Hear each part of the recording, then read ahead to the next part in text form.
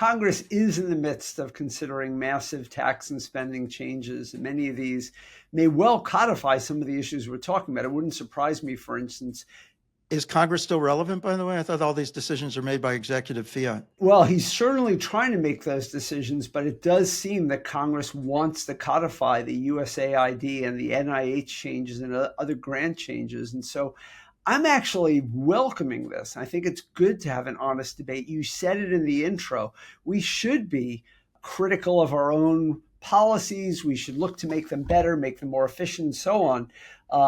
But this would be the constitutional path to doing so, as opposed to, as you said, putting it purely at the will of the executive, which then becomes like a king.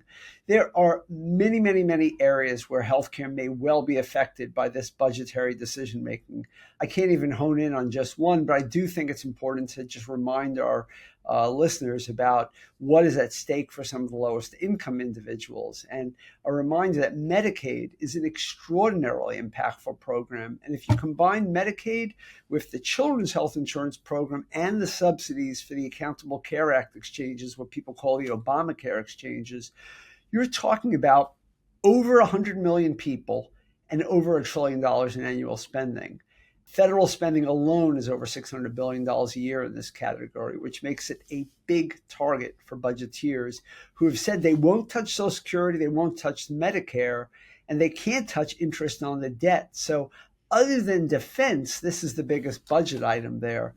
And so while President Trump and Elon Musk are attempting to cut complete departments out of the future budget, those savings that they're trying to make are actually small compared to anything they can do to defense or health programs if they so choose.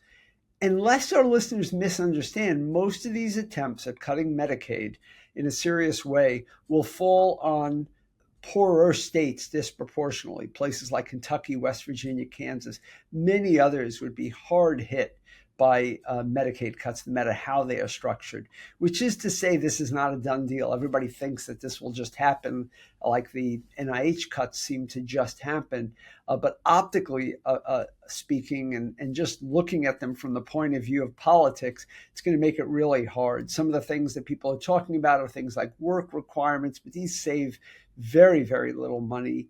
Restructuring the Medicaid program completely might save substantial money, but would really hurt the states and the individuals that they serve. So in the coming weeks, we're going to hear a lot more of it. I want to remind people Medicaid covers 39% of all children, 44% of all non-elderly adults with disabilities, 60% of impoverished non-elderly adults, and covers the majority of skilled nursing facility beds in this country, as well as institutionalized adults and children. It's also a laboratory for change.